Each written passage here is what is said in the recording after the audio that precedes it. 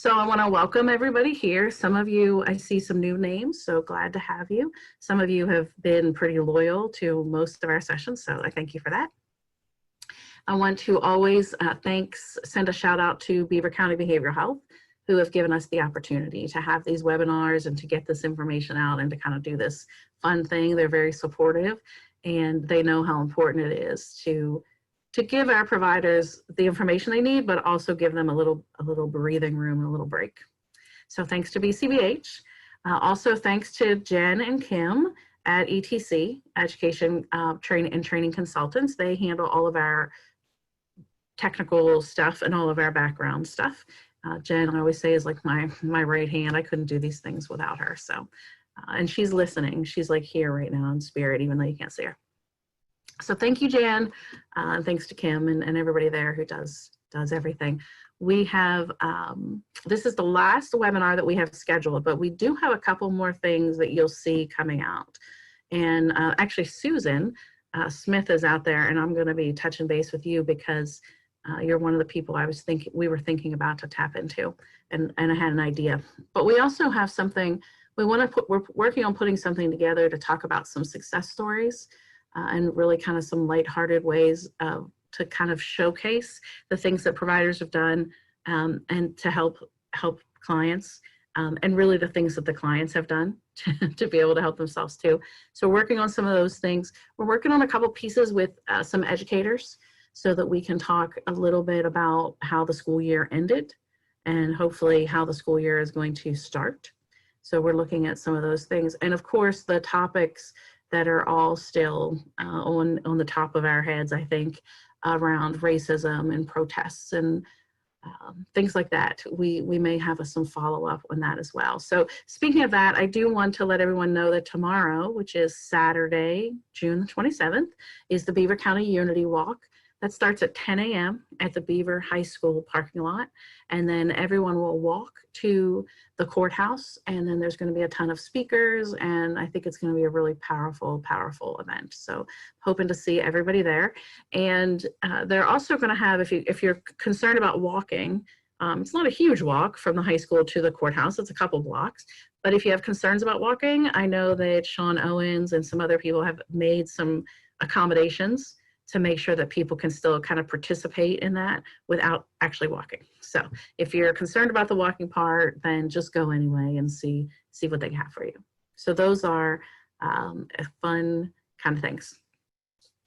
Okay, moving on. Today, our topic today, our song for the day is Lean on Me. And actually, we had a number of different songs to pick from for today.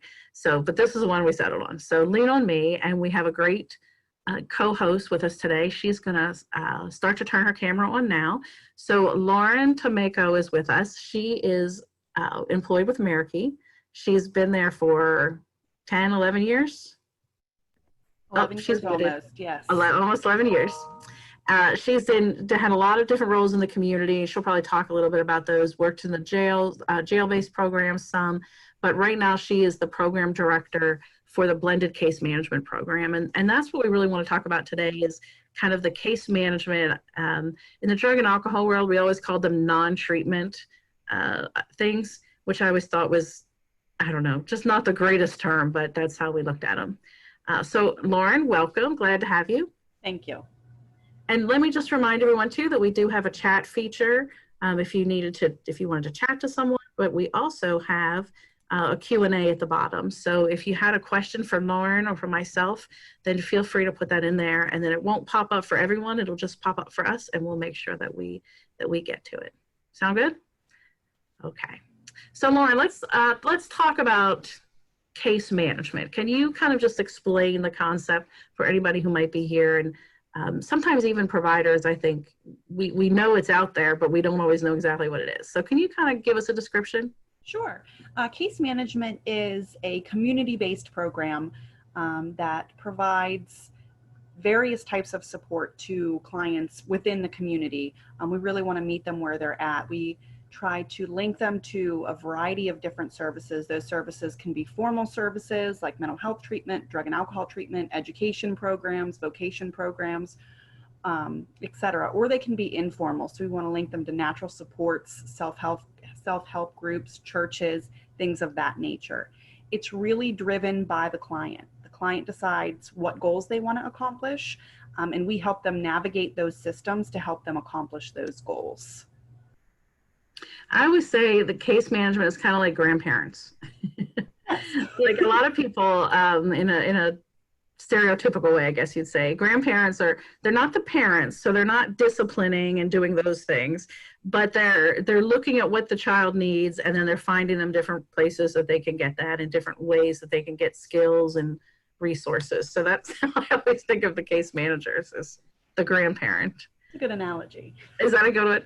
Yeah. So some of the things that case managers help with, coordinating benefits, for example, and that's a big one. I think, does that seem to you right now to be becoming a bigger issue, or is it kind of just stayed the same with the COVID? Yeah, Okay. it's stayed the same. There's still a large need for benefit coordination, and I think there always will be, especially as public systems are changing, and new programs are introduced that they may be eligible for. Yeah, I was thinking with the COVID that people are losing jobs and people aren't sure then what benefits they're eligible for or what to do. And have you had people that you're working with talking to you about unemployment benefits, for example? Yes, a lot of our folks have had issues with applying for unemployment benefits and receiving unemployment benefits. Again, a benefit of case management is we've been able to connect them to their local state rep, who completes the entire application process for them and has the ability to expedite it. So for those folks who are having trouble navigating that, that's a link that has been very, very helpful.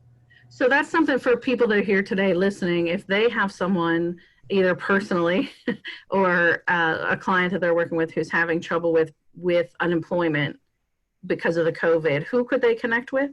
Their local state rep. Local state rep. And then you could just Google that. Who's your local state rep? Okay. Yes. Who's our local state rep here in Beaver County? It varies by each city. It varies. Okay, so I don't know off the top of my head. That's what I was thinking. Okay, so that's good. That's good stuff. Yeah, I've been reading a lot about, and I've run into people. I just had a gentleman had to get a new air conditioner, and he was telling me that he owns his business, but he was just approved for unemployment, but he hasn't received it yet. And I know a lot of people have struggled with that. And they've made phone calls to the unemployment office and then no one's answering, or they're on hold for a long time. So that I was curious about that.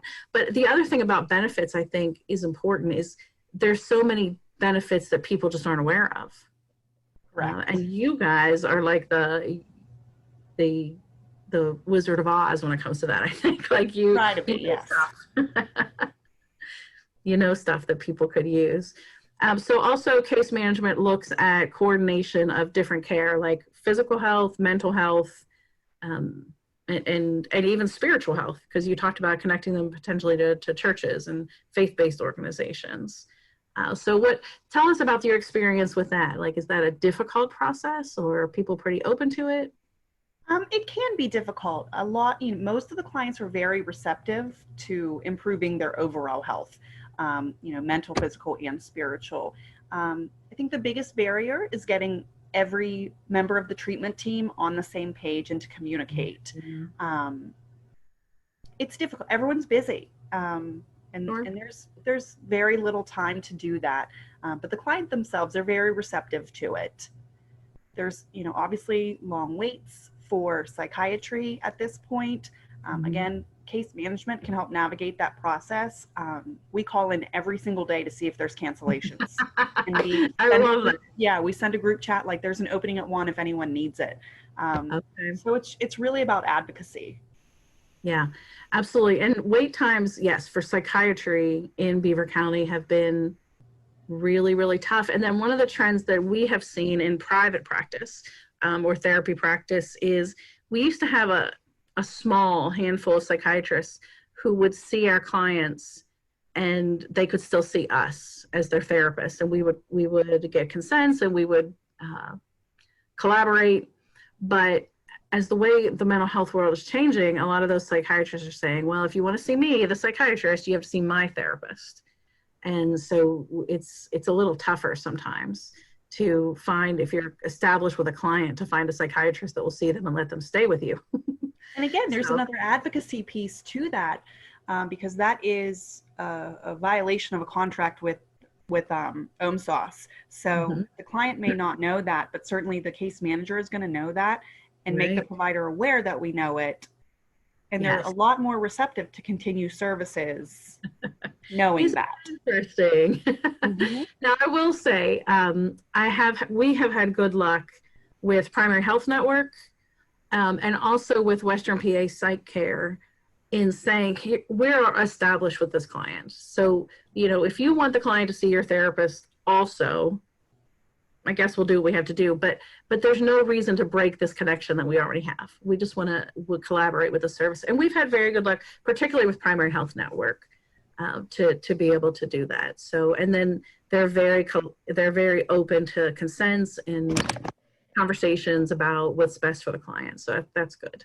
That's Mhm. good. But sometimes we've needed case management to help us navigate that Sure. and maneuver through that. That advocacy piece is an important one. And then there's other ways that you guys advocate as well for clients. What are some of those other things that we haven't touched on yet? Probably the biggest is housing. Housing is a main issue.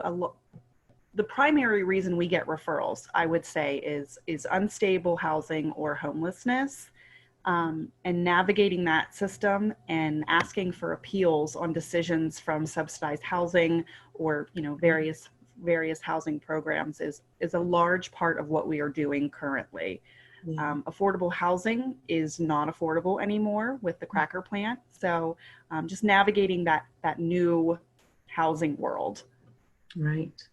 Yeah, I just saw on social media, on Facebook, someone had posted like an above garage apartment. It was a 1-bedroom apartment in Brighton Township. It was, I think, $1,400. And people were just slamming those people, like, what are you doing? How can you charge that much? You're taking advantage of this situation. And I almost felt bad for the person, because people can be mean on Mm-hmm. social media. But yeah, $1,400 for a 1-bedroom above garage apartment. That's tough. That's really, really tough. So I could definitely see where that housing piece is key. And people, I think this is important for our providers that are out there. People probably don't always recognize that case management can help with those things. And sometimes, frankly, our clients, like on the therapy side, don't tell us that they're having housing issues. So if we said, but they might be more open, they think, well, I'm going to see my therapist. That's not to talk about my housing. So even though we know it's important, they may not see it as important. But when we connect them to a case manager, they're like, oh, okay, this is something we can really talk about. And the maintenance piece for housing too, I think, is important. I know at one point we had a client who needed a ramp. Her medical conditions were changing and her mobility was changing, and her trying to figure out how to afford to build a ramp she had no idea. She thought she was going to be stuck in her house. Mm-hmm. And so case management can help with those types of resources too, of how to Sure. update things and connect with the Office of Aging. And Yeah, there are plenty of programs out there that want to help people yeah, maintain within their home, whether they're, again, formal services or informal services. There are probably 5 churches we work with locally that will come and paint your house if you need it, or do small repairs like that at no cost for specific target populations. So it's about yeah, knowing who's available to help the client. yeah. That's it. I don't know how you guys keep track of all that. All A those kind lot of of things. text messaging.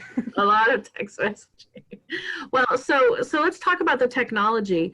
In the past, back in the day, case manager would go and see the client, and that still happens. You might see them at their home.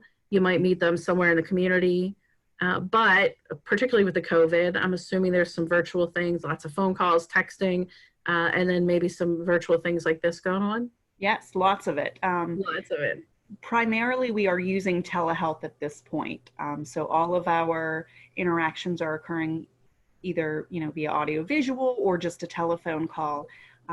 For those who are kind of high priority risk, we are making allowances to see face to face, socially distant, wearing a mask, those types of things. But we've had to adapt to this just as much as our clients have. And it's been, again, case management has helped them adapt to that. I didn't even know resources like this existed, but you can just YouTube how to use a Zoom, how to download it, how to, register for it. So it's been interesting to see how quickly and efficiently we were able to adapt to this new way of service.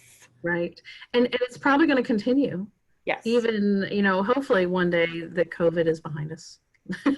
But I believe that some of this technology, we've learned new ways to do things that are either just as effective or sometimes more effective. And I do laugh because, to tell you the truth, I was just telling someone yesterday, if you would have asked me just 6 months ago, if you would have said, hey, Jill, I'm thinking about doing telehealth with a therapist, I would have said, don't do it. It's hokey. You can't do good therapy that way. Right. Yeah. Boy, have my eyes been open. I had to open my mind a little bit. And but one of the things I find most interesting about doing telehealth, and I bet this happens for your people, Lauren, is when people come into therapy, they tend to come in and try to put on their best behavior. They take a shower, Right. They brush their hair, they come in and they get dressed and they come in, for their appointment. So you kind of see sometimes a better version of them or a higher level version of them as opposed to their regular baseline. And so when you see them in their own environment, then sometimes it's a little different. And I like being able to look beyond and see behind. Now, I was not with a patient the other day, but I was in a Zoom meeting, and I said to one of the guys, I said, are those pictures of dogs playing poker behind you? And he was like, yes, they are. From Roseanne. That tells me a lot about him, right? So when you can look beyond, what's beyond the person that's there and really see their environment, it can just give you some insight, I think. So I bet you guys see that sometimes. Sure. That's we are community based, so it varies slightly, but we are at least able to still monitor kind of the conditions at home, the activities of daily living through video conference, because that is a large piece about, of what we do is looking beyond the person. Do you have groceries? Are your utilities on? What are the conditions of your house? Because that could indicate a relapse or absolutely depression. So we're still able to do that via telehealth, which is nice. Yeah, absolutely. I do have one young patient who, she's 21, and I think this speaks to her age, as well as her comfortability with technology and maybe some difficulties she's still having with boundaries. But one day she was in her car. She was like, I'm going to do my session in my car because my boyfriend's home and I don't want him to hear. And I was like, okay. But then while she was in the car, she said, I think I'm going to drive down to McDonald's and get a breakfast sandwich. I was like, okay. So, she's got the camera up and I can see her driving. And then she's like, hold on, I got to order, Okay. But then the next time she was like 2 minutes late for the session, and she's like, oh, I'm sorry, I just got out of the shower. She's like, I'm just going to face the camera to the ceiling while I get dressed. I'm like, she's quite comfortable with you. You've done a great job. Quite comfortable. Yeah, that speaks some to me, but a lot to her. So I think those are kind of funny things that you just learn about. I don't know that I would have learned quite that boundary piece as much about her had she just still been coming into the office. Right. So, but I think also the technology piece gives some immediacy too. Sure. So, because you have clients, sometimes you guys are the ones that people reach out to for crisis. And sometimes I would hope, what I've seen in my experience is sometimes their crisis is small when they reach out, but because they know you're there, they reach out when it's small. It doesn't get big. Right. And we've always maintained that as a provider, we don't decide what is a crisis and what isn't a crisis. It's very important for the client to identify that, and for us not to diminish that to the client. So, you know, obviously we would prefer to respond face to face, but telehealth has allowed, we're certainly more flexible with scheduling. So we've been able to respond pretty immediately to almost every single crisis and resolve it very, very quickly, whether that means being linked to a resource or just being a listening ear, allowing someone to vent.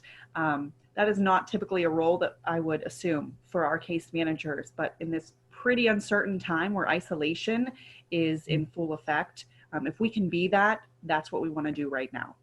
Absolutely.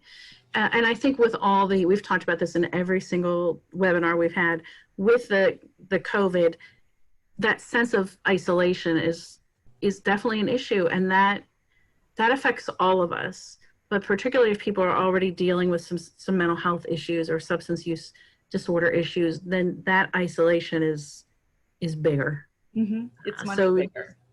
Just knowing that you can reach out. So I want to give a shout out to your team, particularly to Kim, one of your case managers, because she has been working with one of my clients, and I've just been so impressed by her. And sometimes she'll call me, like one time the patient missed her session with me. She was on the phone with Kim. So Kim called me and said, I have your patient on the other line. Can we reschedule her appointment right now? I'm like, oh, yep, let's do it. And with that particular client, had she said to her, hey, don't forget, call Jill and reschedule, who knows how long that would have taken her. So she's done such, and this particular client is probably the most depressed client I've ever worked with. I mean, she's a tough one. I mean, I love her to death. She's like, I see this heart in her that is so beautiful. She can't see that. She has kind of a big cloud around her. And Kim just keeps, you know, Kim does not let that get to her. She just keeps pushing through. And I think, you know, what's important to remember, because I agree, she is the most depressed person I've ever met. It's very sad. But for people to remember, not just case managers, but other service providers, not engaging doesn't mean they're not engaged in services, if that makes sense. There are times where, you know, she is truly just too depressed to answer the phone. Yes. She's too depressed to answer the door. That doesn't mean she doesn't want help. It's just she's physically not able to access that help right now. Yes. Yes, you're exactly right. And, you know, when we talk about clients who don't show for treatment, for example, or don't show for sessions with us, and we do have a no-show fee at $40, but each therapist here has the ability to say, let me really look at why this is happening. And, you know, with her, for example, sometimes she just can't get out of bed. You're right. So it's not that she just is disrespecting my time or is, you know, cavalier about the appointment. She just literally can't get there. So I never charge her the no-show, because I just feel like that's like saying, well, you have to pay me an extra $50 because your sugar level is high when you go see your endocrinologist. So I try to think about those things. But yeah, you and Kim and the rest of your team have been so great. That was just one of the cases recently that's really jumped out to me. And the client says, this kind of made me laugh. The client said to me one day, I just, you know, sometimes I think Kim is too happy, and, you know, it's hard for me. And I do get that. Like, if you're super depressed like she is, a Kim who has got a lot of energy can be a little overwhelming. But I tell the client, I'm like, that's good for you. That's good. You know, she is your cheerleader, and you deserve a cheerleader. So suck it up. Deal with her happiness. Right. I have this quick slide I want to show. I want to share my screen here real quick. This was a slide I saw that kind of shows the different things that case management does. Advocating for services, coordinating patient care, ensuring continuity of care, and managing financial needs, which include those housing and things like that. There's probably a million other things that could go around this big circle. And I did actually have another one that had a whole bunch of things, except it was hard to read. So I decided not to use the graphic. But there are so many things that you guys can help with. What's the most unusual thing that you or one of your case managers has ended up dealing with that you thought, oh, this wasn't on the job description? I think lately it's been the medical marijuana, because it's been so ingrained that we, encourage abstinence, or at least harm reduction when that's not feasible. So to schedule appointments for people to get, marijuana has been interesting. There's kind of like a moral, ethical dilemma, like. Yeah, it's a little controversial sometimes. Yeah, absolutely. Yeah, but it's client driven, so that's what we're doing. Right, right. Well, and I always say when it comes to medical marijuana, it's really about following the rules. So if you go to your doctor and he gives you an antibiotic, then you go to the pharmacy and you get it and you take it once a day for 7 days or whatever it says. That's what you do. You don't go to Bob down in the corner and say, hey, my doctor said I should take an antibiotic. You got any for me? Right, exactly. It says to take one, but I think I'll take two. So that's what I really look at with medical marijuana with my clients. And now we're dealing with a lot of substance use people, as are you.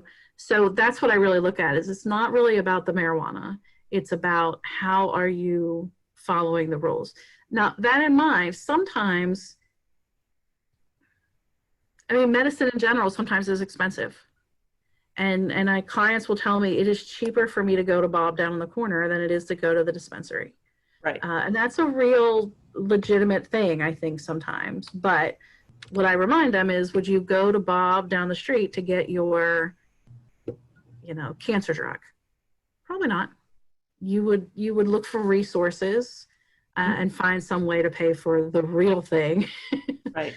But you're right. I like too that you said that it is client driven. So it's not about judgment, about saying here's what you should do or here's what you shouldn't do. Right. This is where the client is, and that's what you kind of move forward with. Because case managers, and just so I'm not sure what the providers out there know or don't know, but you guys don't do diagnoses, right? No. Yeah. So if someone comes to you so if someone came to you and they were using medical marijuana, but you thought that they were abusing it, maybe you would make a recommendation for them to see someone about that, but you wouldn't diagnose them as substance use disorder. Correct. No, we would not do that. Yeah. We would continue to engage them in conversation, motivational interviewing, assess their stage of change to see where they're at. Mm-hmm.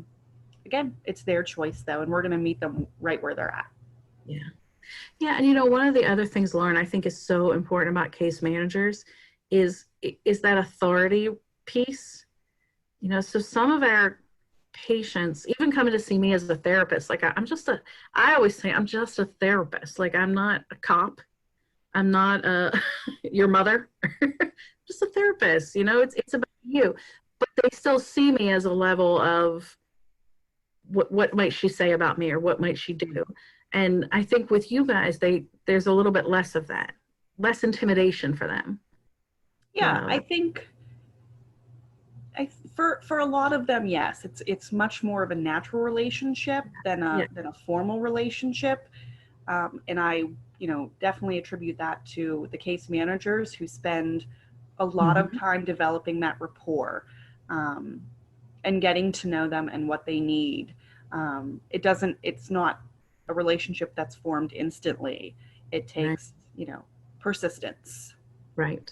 Right. So I think that's a good thing. The other thing I've noticed is, with the patient you and I talked about earlier in the session, who's very depressed, I always spend time during session talking to her about, did you make your doctor's appointment? Did you see your psychiatrist? Are you taking your medicine correctly?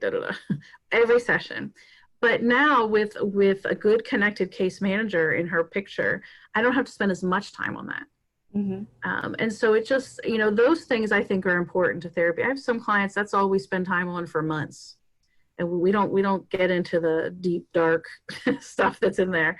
Right. Sometimes it takes a long time. If those other things aren't stable, we can't do that work.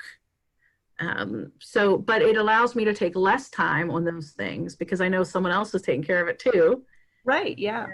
Plus, I think the repetition helps. Mm-hmm. Like Kim asked me this earlier this week, and now Jill's asking me. Kim says I need to call the doctor about my knee, and Jill says I need to call the doctor about my knee. So I guess I better call. If nothing else, we get on their nerves. Just annoy her right into doing it. That's right. Right. Exactly. So I wanted to go over, I found a couple principles of case management. These are from SAMHSA. And so I'm sure you would agree with all of these, but I thought some of them were interesting. So it says case management offers the client a single point of contact with health and social service systems. That single point of contact, I think, is a beautiful thing. I agree.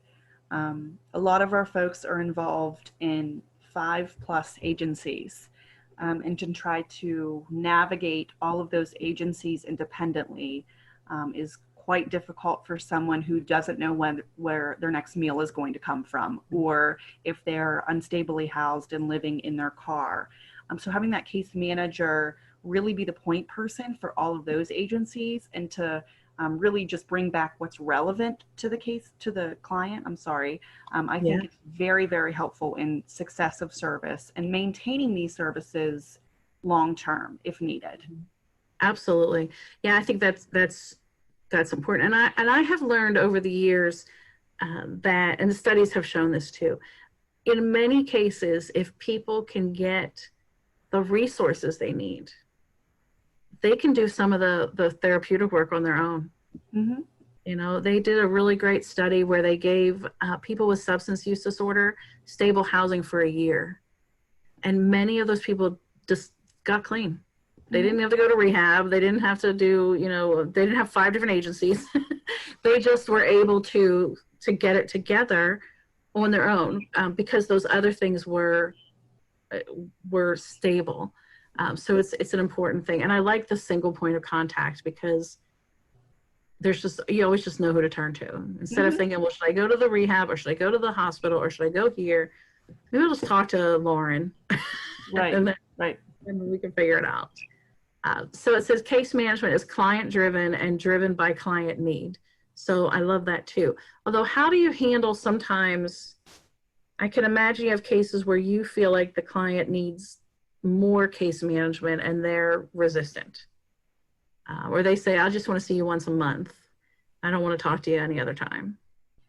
I think really okay, we can see you once a month, but here is our contact information. Maybe can you call me to check in 2 weeks in, or do you mind if I call you? We've not had a huge issue with getting those folks engaged in services and keeping them engaged in services, because we're not pressuring them to do anything that they don't want to do. Mm-hmm. I think they do find that there is more of a need that they anticipated for case management services, or they see what we are able to help with and how timely we are able to help with. So maybe they're going to report some more problems or more goals that they have, and want to connect more frequently. Mm-hmm. Absolutely. I was just noticing, Lauren, we had a comment here from Celeste. She said, as a therapist, case management is such an important piece to overall wellness for several clients. I give case management programs so much respect for all they do. I think that's well said. I think many of us would agree.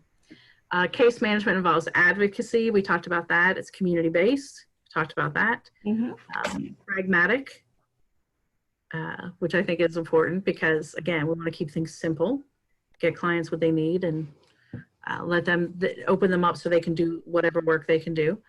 Is anticipatory. So can you talk a little bit about that? Like, do you try to anticipate what's going to be happening with clients? Sure. I think it's important to try to foresee something that a client may need, and to understand what would be available to them in those instances. If we get a client who is historically known for failing to pay rent, or at the time they may be stably housed, but we know the cost is not something that they are going to be able to sustain. They just took the first apartment they could get. We want to start anticipating that they're not going to be able to maintain that. So saving money, getting resources in place that might help you pay for your first month's rent and security deposit for some place that's more affordable. Those pieces are important to avoid a crisis. And we don't want it to escalate to a point where they're, homeless or hospitalized or anything like that. Right. Yeah. So that, and our clients can't always be anticipatory like that. We see things coming sometimes before they can. Flexible. And then this last one I think is so important, particularly with everything going on it's always been important, but I think it's more in our face right now important, is to be culturally sensitive. So the people that you're working with are coming from all sorts of cultural backgrounds. And I don't mean just race, but the different areas they come from in Beaver County. We have some very rural places. Their ability or the way they see case management is probably very different than someone who's had a lot of services all their lives. And then also just the different little things of the way people see the world. Cultural differences. Yeah, I think that's an important one. Not like you said, not just with race or ethnicity, but does Sarah parent how I would want to parent? Absolutely not. But does that mean she's a bad parent? No. And just acknowledging our own transference into situations, I think, is really important for those situations. Absolutely, absolutely. And then I am curious, are you? What does your staff do for cultural competency training? We have annual trainings every year. There is a piece that Beaver County also does through the system of care. And we are now, just given the current climate, working on, there's a diversity group working on some increased education, more frequent education, and frequent conversation about what's going on in the world. Yeah, good. I think that's important that we're doing that for our staff, and that this is what I just did to you, holding each other accountable, like kind of saying, hey, what are you doing? Right. What are you doing for your staff? Because I think that's the only way we know. We can't just assume. And I'm going to go off topic here for just a second. I wanted to share a story. Some of you were there a couple weeks ago when we had Sean Owens and Dr. Sheffield on, and we were talking about the current climate and things like that, and the responsibility that we have as white folks to kind of do our part. And I wanted to just share the story. The other night I was meeting a friend at Panera, and I was going across the bridge from Beaver to Merakey, and I saw two police cars on the side of the road with their lights on, and a pickup truck, a black pickup truck. And I was like, oh, geez, wonder what's going on here. And then as I got closer, I saw it was a black gentleman who belonged to the truck. And he was standing behind the truck. And then my heart kind of sank. Like I was thinking about everything we've been working on and everything we've been learning and thinking about. And so then my mind went a million different places. I get to Panera and my friend meets me. And then somehow I start to tell her this story. And she says, oh my gosh, she must have been like a little bit behind me because she saw the same thing. She said, she's also white. She said, I felt the same way. And so then I asked this question. I said, I'm going to ask you a question and I'm going to ask it of myself. Why didn't we stop? And I have a million answers to that for myself. None of them are justifications, but it just spoke to me about how we are moving forward, but we still have a long way to go. Sure. Like we both now looked at that situation differently and thought, is that man maybe in danger, as opposed to a way we would have looked at it in the past. But at the same time, we didn't do anything about it. We just kind of said, oh, okay. And that is the first step, is being aware and noticing. But it was just something that really impacted me. And that the fact that this woman that I met with, my friend, experienced the same thing, I was like, it just touched me. So I just wanted to share that for those of you who are here. And I think it's good that we're looking at it differently, but at the same time, what are the actions we're taking? And I don't know what the appropriate action would have been in that case. I mean, I don't want to disrespect the police officers, and I also don't want to make the situation worse. Maybe it wasn't a terrible situation, but knowing the climate, we just don't know. Mm-hmm. So that's off the topic. I'm glad you're training your staff. You do some of those trainings with Dr. Sheffield? No, I never have. Oh, definitely see if you next time you see his come up, cultural competency, cultural poverty. I just find the way he educates to be so, it just makes sense. And it's not, I just like him. I just like him. So you should go. So I found this quote from the Mental Health Association, and I wanted to see what your thoughts were. I thought it was pretty poetic. It said, "For people who have fallen through the cracks, psychiatric and mental health case managers are human safety nets. Often working with large but overlooked segments of the population, psychiatric and mental health case managers make it their mission to connect clients to resources that can improve their quality of life." Human safety nets. What do you think about that?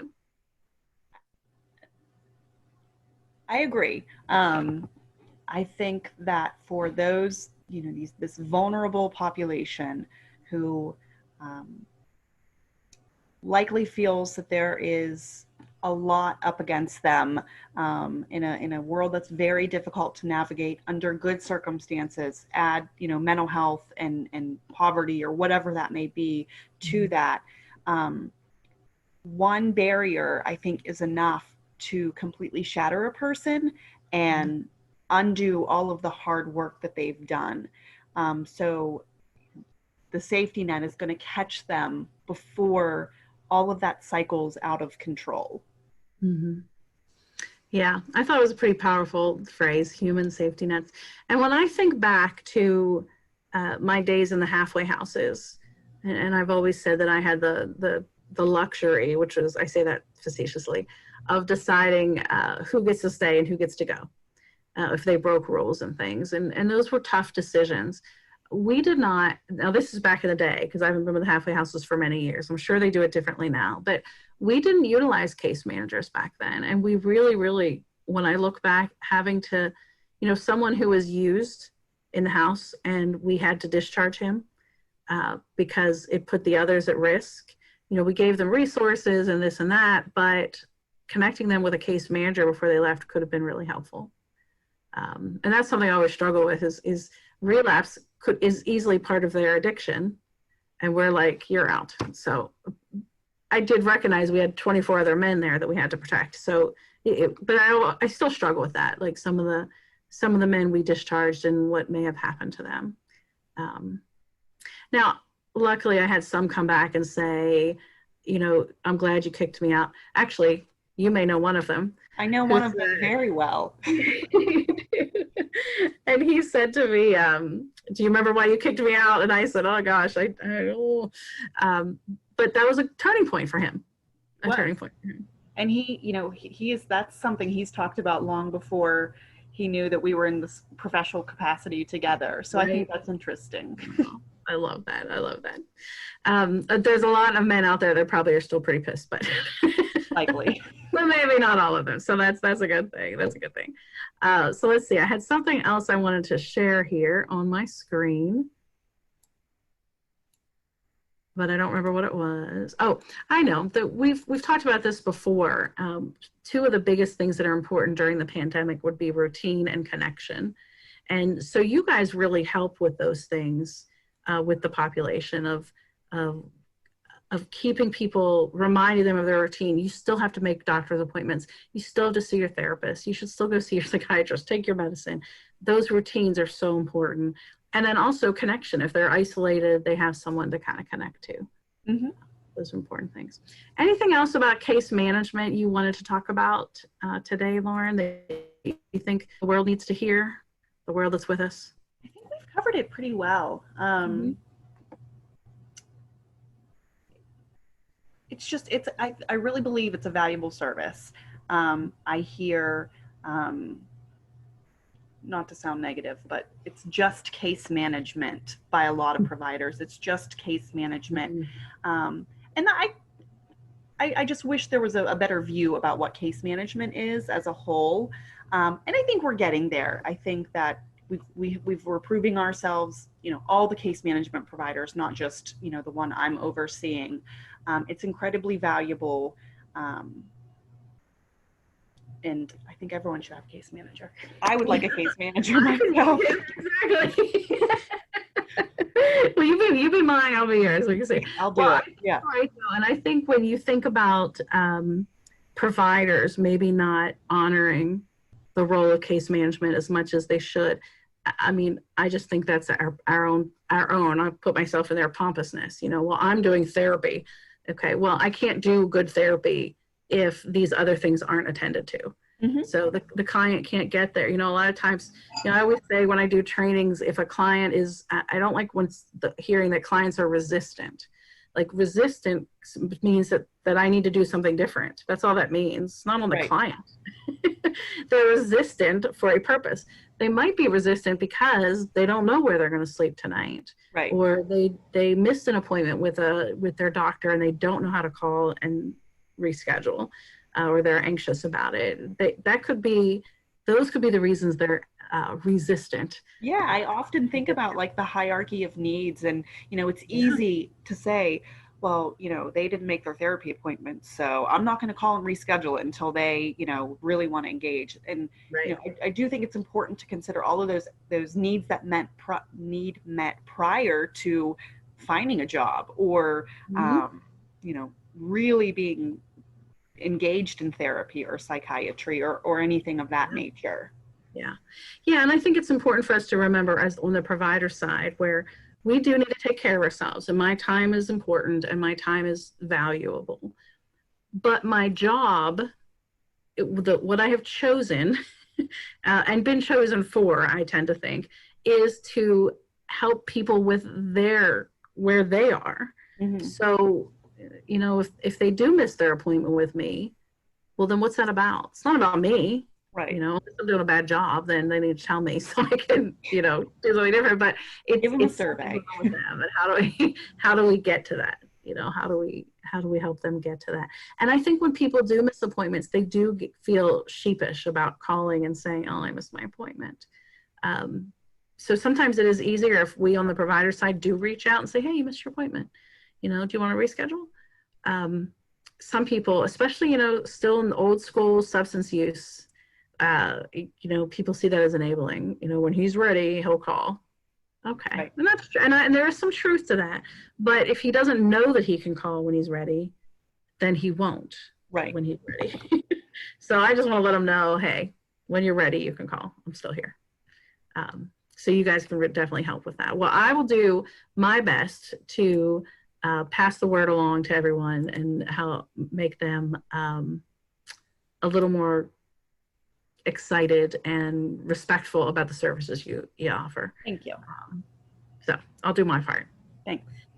So I wanted to move on and talk a little bit about your life, because, one of the things we talk about is not only what we need to give to our clients, but what we're dealing with in this whole pandemic. And you had a baby.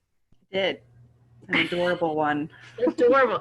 I'm going to show some pictures, but share with us, if you would, your experience about having a baby during this time in the world.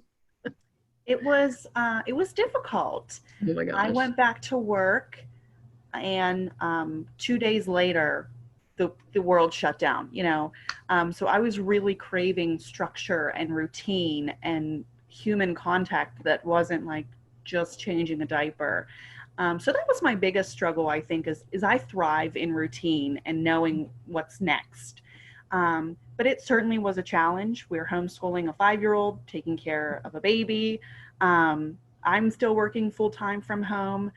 And to relate it to case management, I had a really good group of people around me, my husband being one of those people. My employer was amazing. They were flexible. They understood. It's not to say it wasn't without a lot of tears, but without, those really, really important elements in place, I don't know what I would have done. It involved a lot of prioritizing, because I knew that I couldn't be the mom I wanted to be or the employer I wanted to be at the same time, Monday through Friday from 8 to 4. So it was really about navigating how to fulfill both roles during that time. Mm-hmm.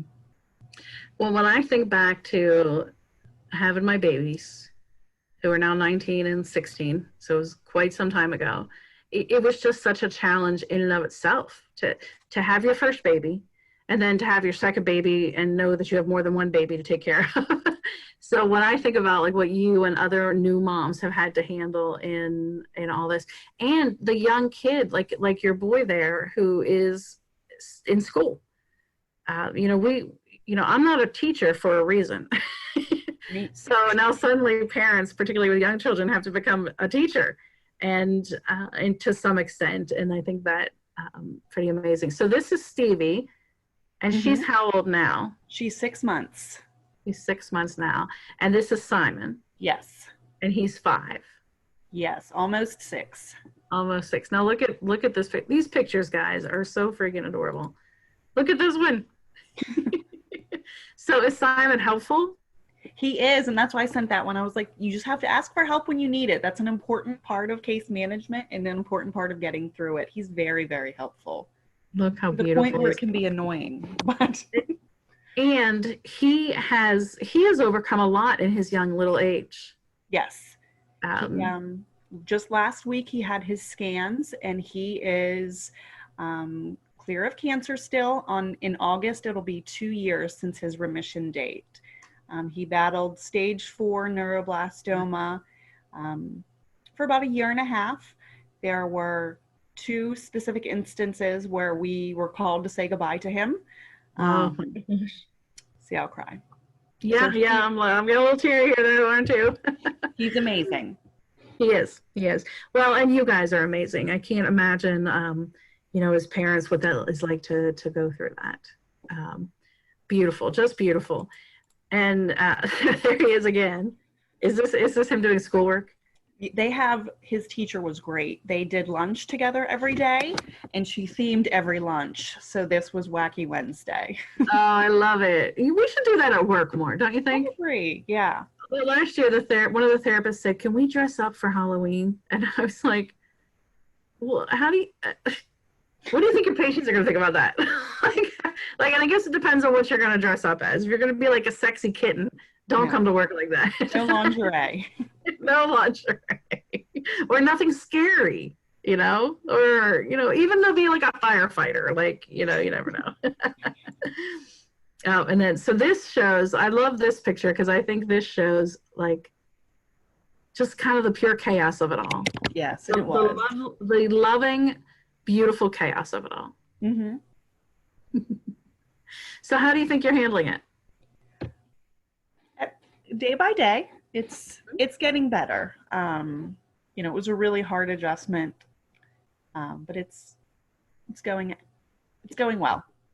And now you're still working from home now? I work from home 3 days a week, and I go to the office 2 days a week. Okay. Is that easier in a way to know that you have a structure where I'm home 3 days and I'm gone 2 days? Is it helpful to get out of the home environment those 2 days? Absolutely. I felt isolated for, maternity. One thing I don't think I was prepared for is how being a new mom makes you feel lonely.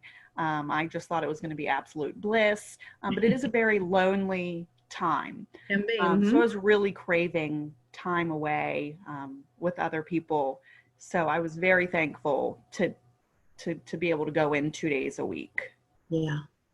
I would not do this well without it. Right. I tell this story from time to time when I had my first son, William, 19 years ago, almost 20. Anyway, when I came home from the hospital, I was sitting in the living room. I was holding him on my lap, and I started crying.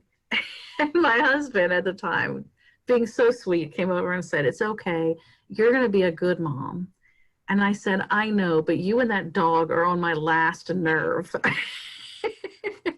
And it was kind of in that moment I knew my priorities had changed in the world. When you bring this baby home, the things that you were tolerated before, you couldn't tolerate anymore sometimes. Right. And now you tolerate new and different things. So that's kind of what you were experiencing, is like everything's shifting. Yes, for Everything's sure. shifting. So, and you had to do it during this weird time. I just want to show this picture one more time, just because I think it is the most adorable. Look at her little face too. She's like, "Help me!" Beautiful, so Thank you. beautiful. Let's see. We have a couple comments here. So Lisa just wanted to say congratulations, Lauren, and tell you how beautiful, absolutely gorgeous, she said. Thank you. Of your little, and your family is just a beautiful little family, actually. Thank you. I think so. Anything else that, and yeah, someone else said such a cutie. Anything else that, I'm assuming they're talking about you when they say that, such a cutie. Obviously.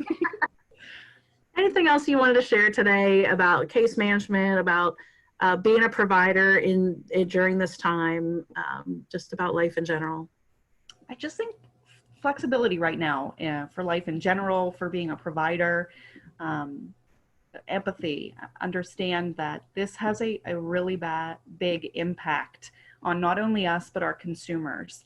I think I was looking up CDC just projections about how this would impact mental health, and it's, we're not going to, even when COVID's over, we're going to see this, long after the effects of this. So just to kind of throw what you know out the window and be flexible and patient.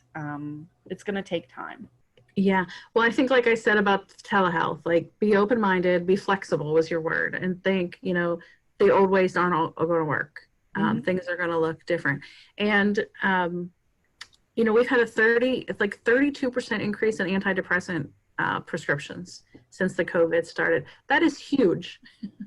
So that shows you right there that people who kind of were just moseying along with life, doing just fine, this has really thrown a lot of people for a loop. And so people who already had some issues going on, this can make it even tougher for them. Although I do want to say, just from a point of resiliency, I'm amazed at how some of my patients are doing better. Some of my patients, I thought, I was like, oh my gosh, this is going to be terrible for them. And they're thriving. And they're reaching out and able to help other people. Or they're, so there is something to this too, that it's not all bad. It's not all bad. I agree. There's a lot of good that has come out of this, professionally and personally. Yeah, absolutely. Someone shot a question off here and was asking if there was an increase in anti-anxiety medications. And I didn't read anything about that. Now, we've had anti-anxiety medications. We've had a couple different issues with them. One is with benzodiazepines. We've seen some kind of jumping up and down.